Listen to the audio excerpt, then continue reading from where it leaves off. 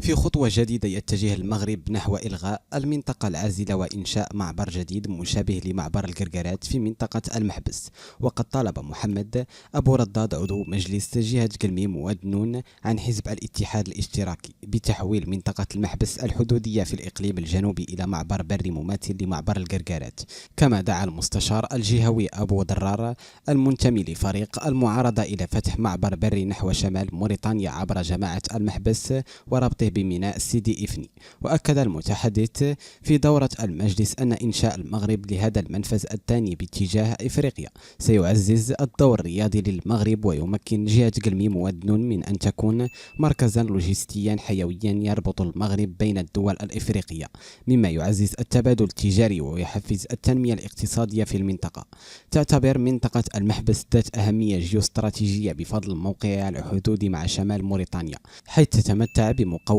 تجعل منها ممرا تجاريا ثانيا بعد معبر الكركرات البري نحو الجارة الجنوبية موريتانيا. من جهة أخرى دعا محمد أبو درار عضو مجلس جهة ودنون إلى إدماج جهة قلميم ودنون في المبادرات الأطلسية التي أطلقها صاحب الجلالة الملك محمد السادس، وأشار إلى أن هذا الهدف يعد حلما لسكان جهة قلميم ودنون